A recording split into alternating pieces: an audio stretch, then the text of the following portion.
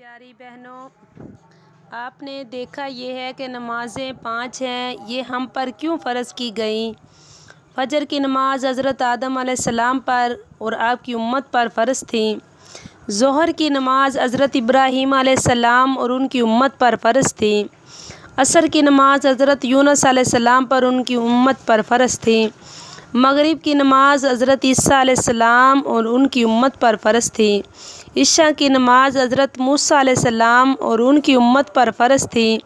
اللہ تعالیٰ نے انبیاء کرام پر ان کی امتوں کو صرف اور صرف ایک نماز دی، مگر جب اپنے حبیب صلی اللہ علیہ وسلم کی باری آئی تو تمام نمازیں ملا کر فرض کر دیں تاکہ دوسرے انبیاء کرام کی امتوں سے افضل ہو جائے اور زیادہ ثواب ملے۔ چونکہ پہلے 50 نمازیں فرض ہوئی تھیں اور پھر معافی کے بعد صرف 5 رہ گئیں، خداوند تعالی نے ارشاد فرمایا: اے میرے پیارے حبیب صلی اللہ علیہ وسلم، اگرچہ نمازیں 5 رہ گئی ہیں لیکن میں ثواب 50 ہی کا دوں گا۔ اگر کوئی میری بہن ایک نماز پڑھتی ہے تو اسے 10 نمازوں کا ثواب ملتا ہے۔ اگر کوئی 5 نمازیں پڑھتی ہیں تو اس کو 50 نمازوں کا ثواب ملتا ہے۔ میری پیاری بہنوں، نماز قائم کرنا اور پڑھنا الگ الگ ہے۔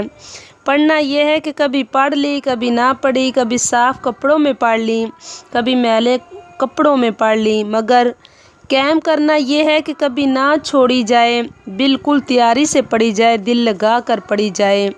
یہ خیال کیا جائے کہ خدا کو میری نماز کا علم ہے اور جب میں نماز میں کھڑی ہوتی ہوں تو خداوند کریم مجھے دیکھتا ہے۔ نہایت خشوع اور خضوع کے ساتھ نماز پڑھی جائے، ہر لفظ پر غور کیا جائے، حرکات درست کی جائیں، نماز سمجھ کر پڑھی جائے، وقت پر ادا کی جائے تو یہ نماز فرشتے عرش اعلیٰ پر لے جاتے ہیں اور وہاں جا کر نماز سجدہ کرتی ہے، اللہ تعالیٰ کے حضور عرض کرتی ہے کہ اے باری تعالیٰ، تیری بندی نے مجھے نہایت حفاظت سے پڑھا ہے، تو بھی اسے اپنی حفاظت میں لے لے۔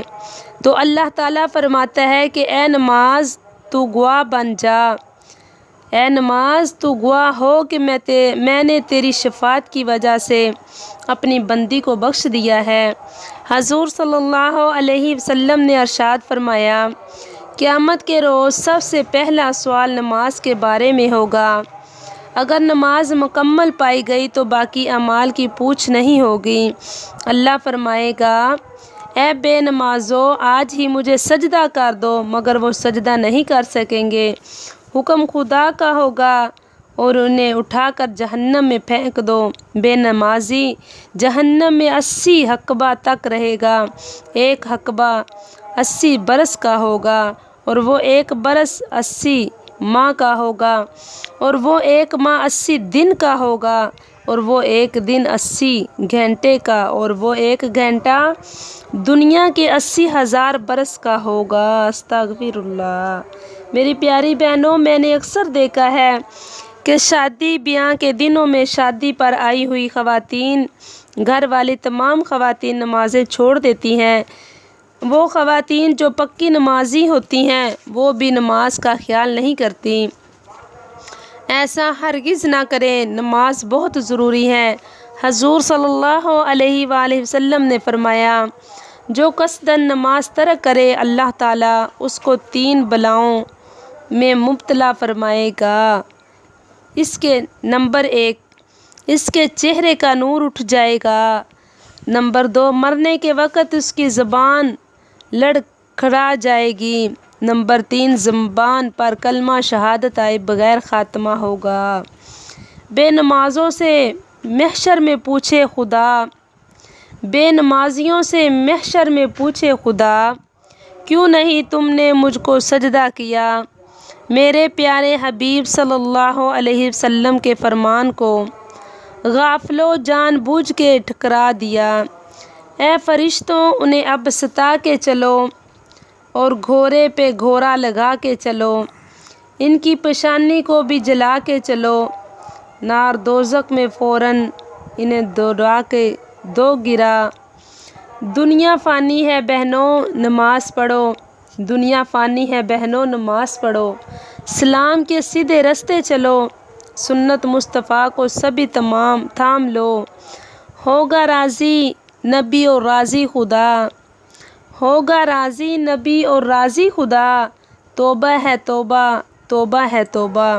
میری بہنوں، ہمیں نماز کبھی بھی ترک نہیں کرنی چاہیے، اس کی خود بھی پابندی کرنی چاہیے، اپنے بہن بھائیوں اور بیٹوں کو اس کا پابند بنانا چاہیے۔ اللہ تعالیٰ سے دعا ہے کہ عمل کی توفیق عطا فرمائے، ثم آمین۔ اگر آنکھیں روشن ہیں تو ہر روز، اگر آنکھیں روشن ہیں تو ہر روز آنکھیں روشن رکھو، نماز قائم رکھو تو دل روشن ہو جائے گا۔ سبحان اللہ۔ ویڈیو اچھی لگے تو لائک کریں اور سبسکرائب کرنا نہ بھولیں۔ جزاک اللہ۔